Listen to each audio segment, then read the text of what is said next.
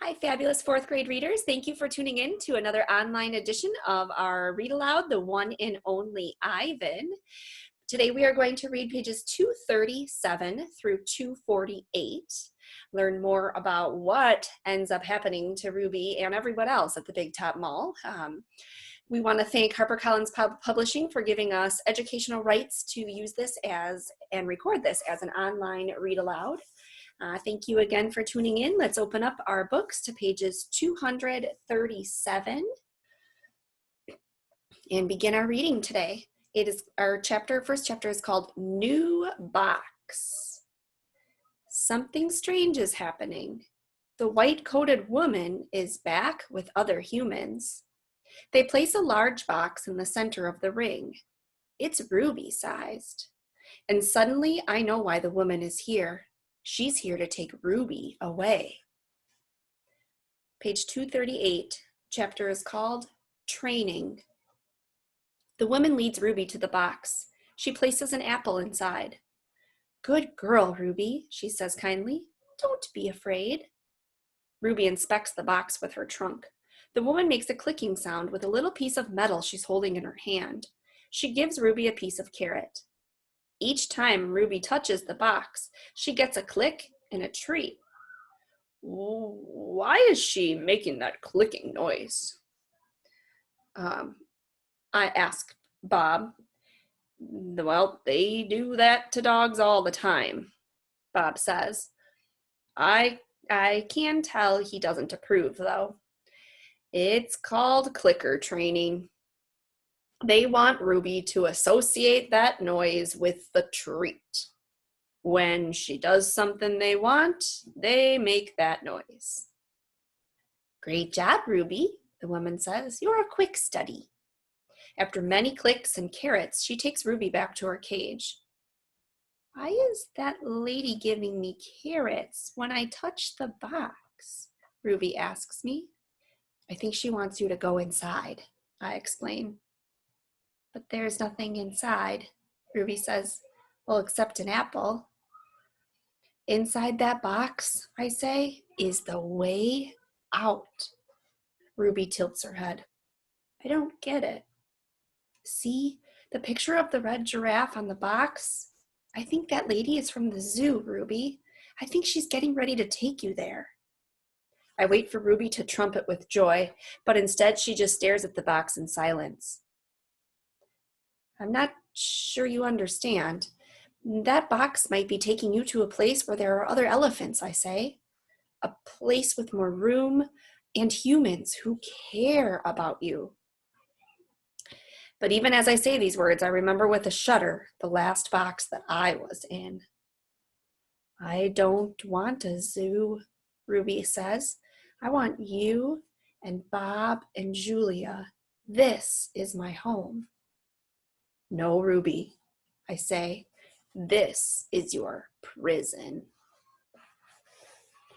Page 241. Let's see if she goes into the box, poking and prodding. The lady comes again. She brings an animal doctor with an awful smell and a dangerous-looking bag. He spends an hour with Ruby, poking and prodding. He looks at her eyes, her feet, her trunk. When he's done with Ruby, he enters my cage. I wish I could hide under knot tag like Bob. Instead, I do a nice, loud chest beat, and after a moment, the doctor retreats. We're going to need to put this one under, he says. Yikes. I'm not quite sure what he means, but I strut around my cage feeling victorious anyway. Page 242. It's getting so good. No one asks me to paint today. No one asks Ruby to perform. There are no shows, no visitors, unless you count the protesters. Max stays in his office all day. Page 243. More boxes. I wake up from a long morning nap. Bob is on my belly, but he isn't asleep. He's watching the ring where 4 men are placing a large metal box. It's me-sized. What's that? I ask, still blurry from sleep. Bob nuzzles my chin. Believe that box is for you, my friend. I'm not sure what he means. Me? They brought in a bunch of boxes while you were sleeping. Looks to me like they're taking the whole lot of you, he says casually, licking a paw. Even Thelma. Taking? I repeat. Taking us where? Well, some zoo, probably. Others to an animal shelter where humans will try to find them homes. Bob shakes himself. So I guess all good things must come to an end, huh? His voice is bright, but his eyes are far away and sad. I'm gonna miss your stomach, big guy. Bob shuts his eyes. He makes an odd noise in his throat.